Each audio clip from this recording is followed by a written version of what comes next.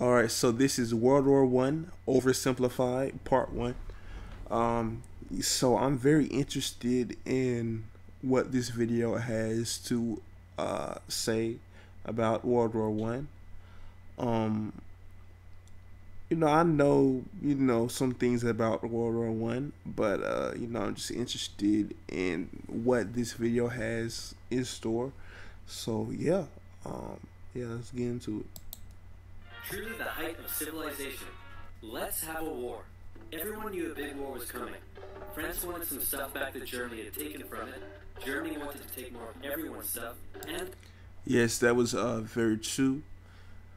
Um, in the late 1800s and early 1900s, technology had uh, just exploded. Honestly, a lot of new inventions were coming out at that time. It's kind of like today, and so I think today is even faster, which is honestly mind-boggling, just to me. Um, but I'm pretty sure in the 1870s, lights weren't even a thing for most of the 1870s, or it was very primitive. And but in the 1910s, you got lights on ships. Uh, you got messengers on ships. You got you know lights just commonplace in Europe. It's pretty crazy how stuff like that just happens, back in them days.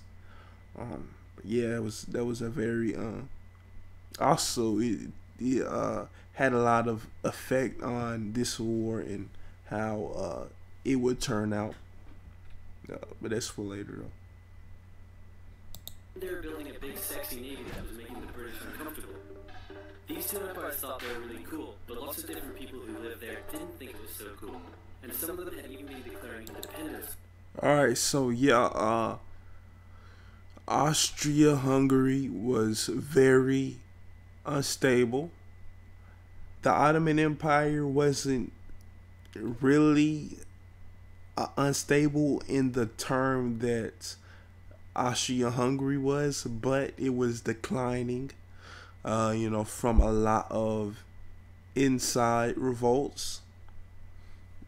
But I would say the Ottoman Empire had, a better grasp on its internal problems than Austria did. I might be wrong on that, but that's just my feeling. But yeah. With help from Russia.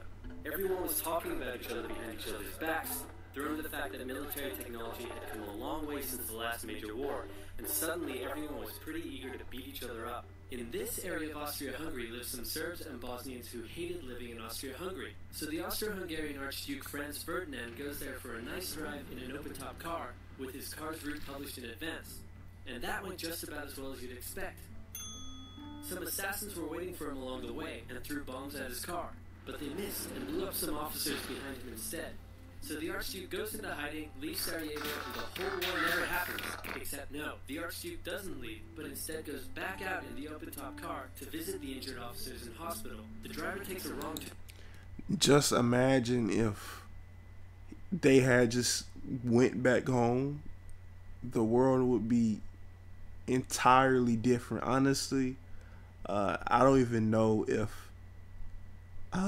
like the butterfly effect from that would be so big. I don't even know if I would even be alive right now. That's how crazy this whole entire situation was, honestly.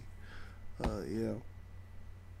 And it's crazy how everything lined up to this event. It's like, the driver took a wrong turn onto the street that the assassin just so happened to be on. It's just crazy. Turn, and by sheer coincidence gets stuck beside one of the failed assassins, who shoots him. Austria-Hungary is understandably pissed about all this, and they think the Serbian government had something to do with it, which they might have. So they go to their ally Germany and say, "Hey Germany." Yeah, they probably funded uh the people who assassinated the Archduke.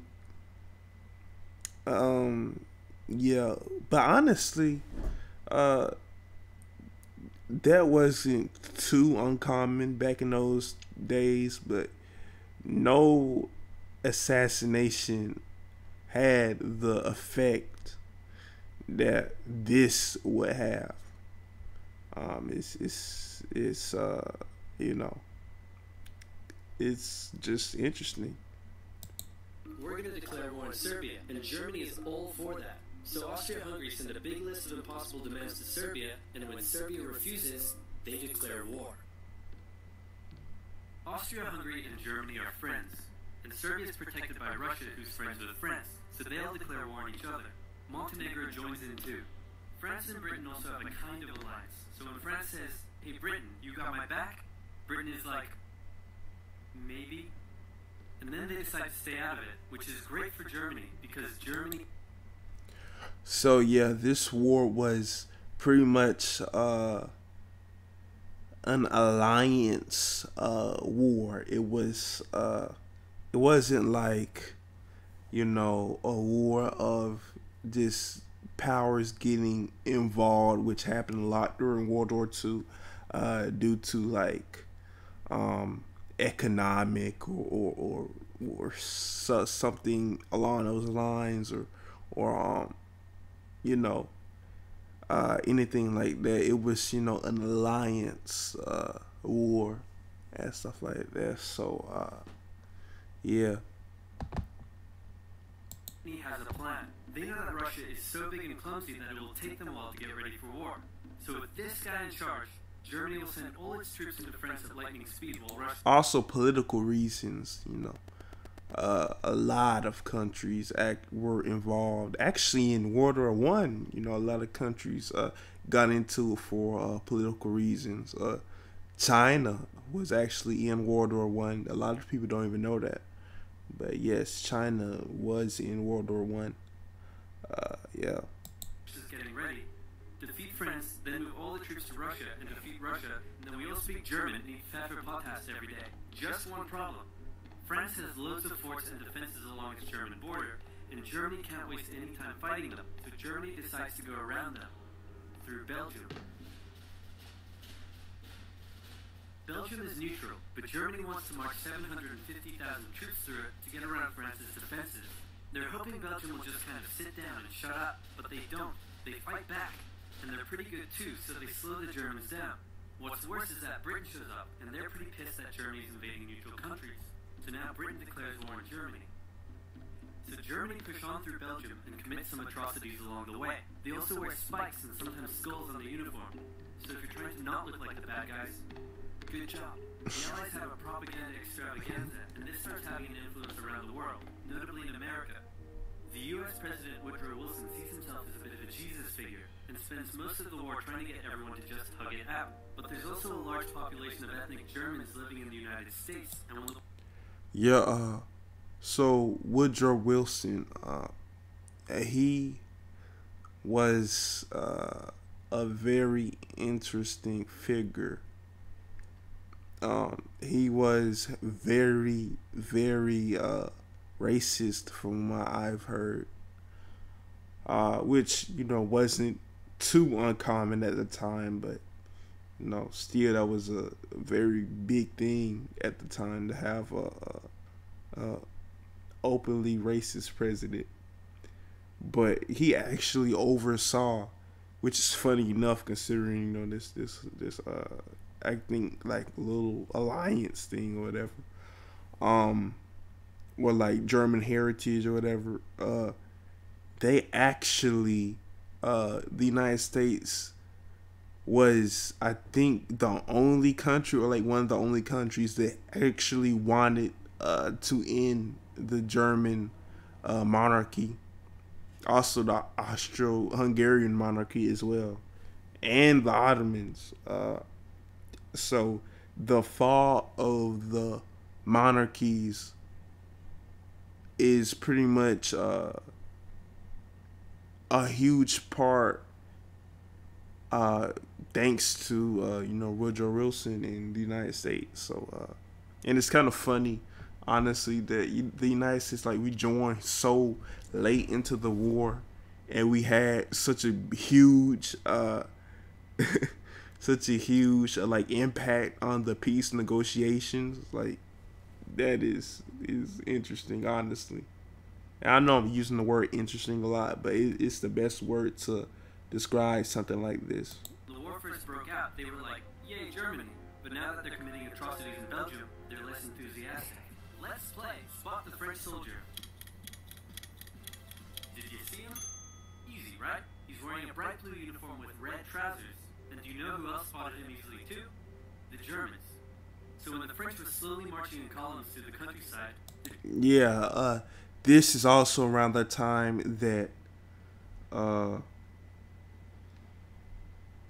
countries figured out that wearing bright colored uniforms is probably not the best choice for battlefield wars and battles and stuff like that. Very easy to see out in a field. The Germans easily tore them to shreds with their giant guns. All the nations involved in this war went in with an old school war mentality, and all of them had to update their uniforms and tactics a lot during the Great War. Because this war was going to be like nothing anyone had ever seen before. Russia's ready for war, and way earlier than expected. Hey, Austria-Hungary, can you get on top of that? Oh yeah, sure, we've got this. Nope. So Germany has to send some troops back to the east to defend against the Russians. The chief of staff of the Austro-Hungarian army is this guy, and although he is handsome, he turns out not to be the best military strategist. Austria-Hungary constantly ignores Germany's advice, and then comes running back to Germany whenever they get in trouble. Austria-Hungary even gets its ass kicked by tiny Serbia, who repels all their invasion attempts at the start of the war. It's better news for Germany in the north, though. They almost completely... Yeah, Serbia fought very hard in the war.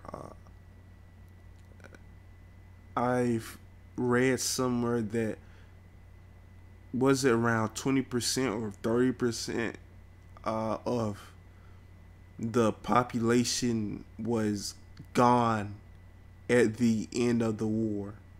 If I don't know if that is correct or not, but I've heard from somewhere that is the case, and if that is true, then that is catastrophic for a country's just well-being in general.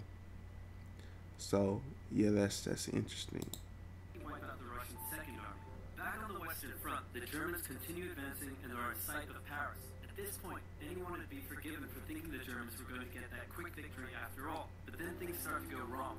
The French commander-in-chief knew something had to be done, and he ordered his armies to stop retreating. In the resulting battle, a gap opened up in the German lines. If a gap opens up, the enemy can... By the way, these are some of the hugest battles in human history. So every time a battle name pops up, that's at least a couple hundred thousands of men dying. Which is a huge number. Yeah. Uses the flanking from the side and behind, so the German armies have to retreat.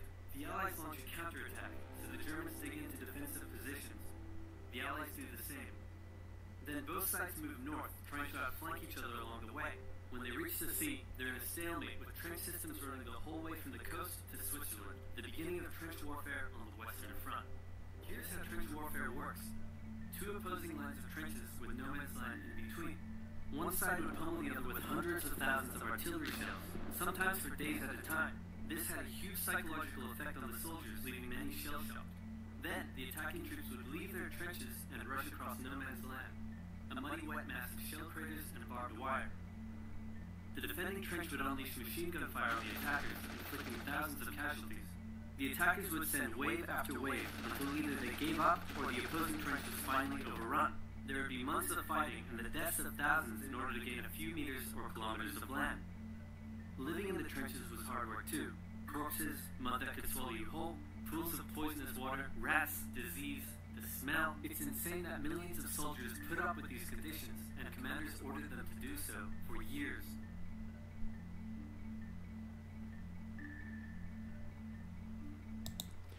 Yeah, the brutality of the war was um something that had never really been seen, or at least uh experienced by so many people. Um, Very unfortunate, but yeah. So that is the end of Oversimplified World War One Part Two. So yeah. So I'm gonna do Part Two in a couple of days or so, maybe even faster. But yeah, so that's the first video. Like if you enjoyed. This is my first YouTube video, so I'm trying to get used to things. So yeah.